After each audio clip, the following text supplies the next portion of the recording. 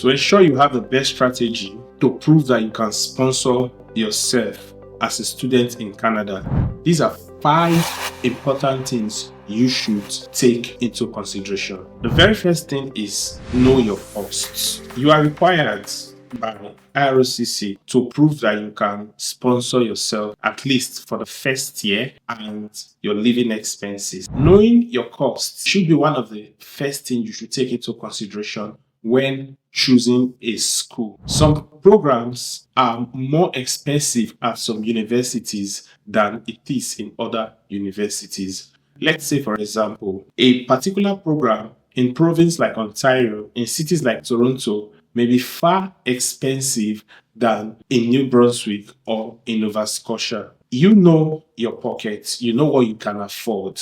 So look at what you can afford. It doesn't necessarily have to be cheap, but let it be something that you can easily afford. If, for example, you have $18,000 to pay for the first year tuition deposits for a 2-year program or thereabouts, it will do you more good if you go for a school that offers similar programs for, let's say, $13,000 and you pay your $18,000.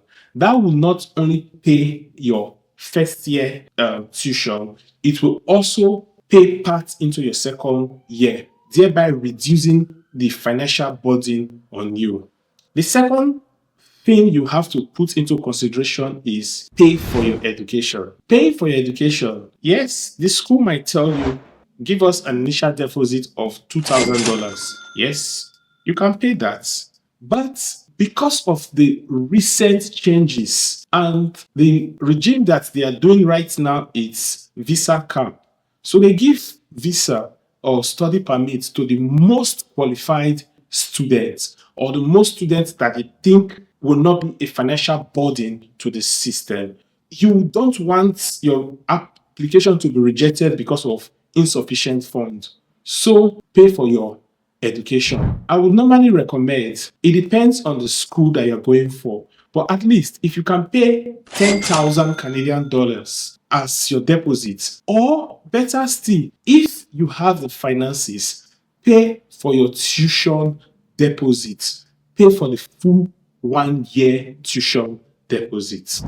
Now, to prove that you can support yourself, that is the living expenses. If you can, do a GIC. A GIC is a guarantee investment certificate whereby an account will be opened for you in Canada with one of the participating banks, whether it be RBC, TD, CIBC, or whatever bank you choose. The program is run in such a way that you open the GIC account, you send your 1-year living expenses to that account. When you get to Canada, they'll give you 30% of the money, depending on the bank, but that is what they do. They give you 30% of the money upfront for you to settle down. Then the balance and your interest, they'll spread it for the remaining part of the year and be paying you every month until the end of 1-year period. Now, this is a more secured way of proving that you can pay for your living expenses. The recommended amount for a GIC or for 1-year tuition, as at now, it's about 20,635 Canadian dollars or thereabouts. I understand not everybody may have the money to send over to Canada. That is why I'm going to also explain to you other strategies that you can employ and use to show that, okay, the funds that is in your possession is actually available for your studies. So that will bring me to the number 3 factor to consider. Avoid monkey business. Now, what do I call monkey business? Deception. Things that are not logical. For example, you want to prove your finances. You present a bank statement to them that starts literally at a low balance, and towards the end of the statement of accounts, constant deposits are just coming in. It looks deceptive.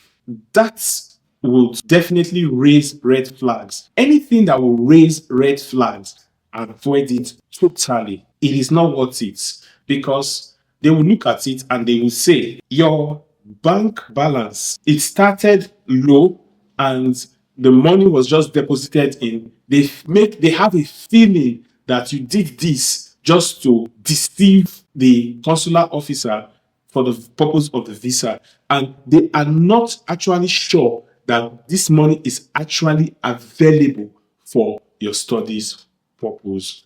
Now, which other thing I call monkey business? Anything that has to do with deception. You go and do statement of accounts that you have manipulated figures. See, if peradventure they were not verifying statement of accounts before, which I don't know, they verify your statement of account, especially when you are from high-risk countries, like countries in Africa, like Nigeria and India and some other high-risk countries. They verify your statement of account. And right now, it's very, very easy to verify these things. Another factor you should consider is explain the origin of your funds. It is not enough for you to have millions in your accounts. They want to know how you got this money. So they don't need plenty documentation. They need viable and acceptable documentation. If possible, documents that are government issued. For example, if you have a business and you have a tax clearance certificate or you have a notice of assessment from the government, you can include that.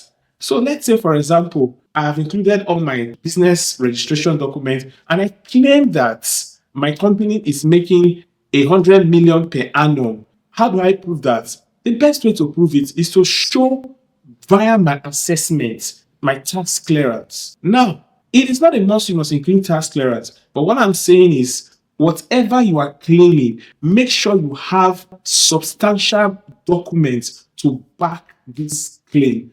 Very, very important. Lastly, prove relationship. If you are using a sponsor, your parents is sponsoring you, your father or your brothers is sponsoring you, prove relationship. And how do you prove relationship? Include birth certificates showing that you people share the same surname and share the same one or either parents. Include it. Prove relationship. Only valid sponsorship I think you should consider using should be direct family members. No need to start using my uncle, my this, my that. They will think that, okay, if all these persons that you are saying wants to sponsor you, what is their relationship?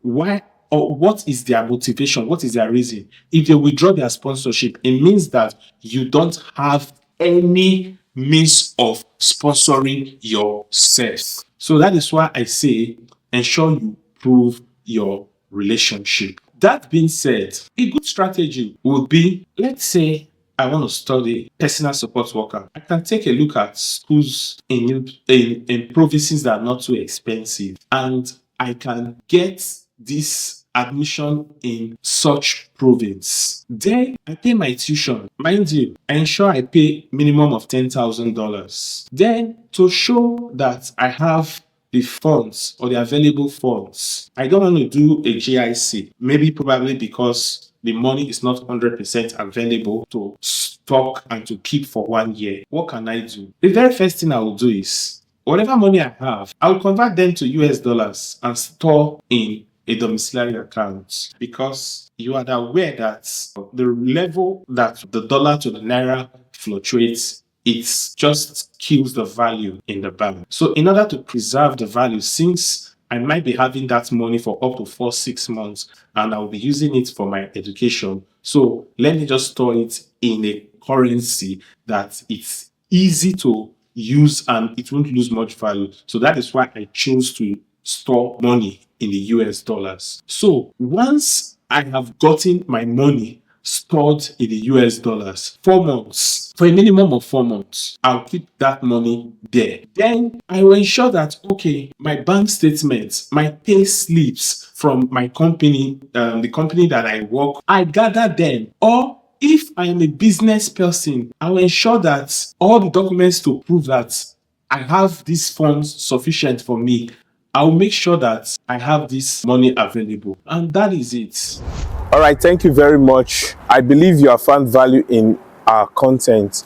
Please do well to subscribe, like, share. It helps us grow and it helps many persons know about what we are doing. Then if you are looking for admission or you want to study in Canada, USA, Germany, or any top country of the world, check our description below. We have dropped a link whereby you can do it yourself, or you can contact us to help you get these admissions. Also, we have agencies we work with that can even offer you student loan that will pay for both your tuition and your living expenses. Just check the description below. See you soon.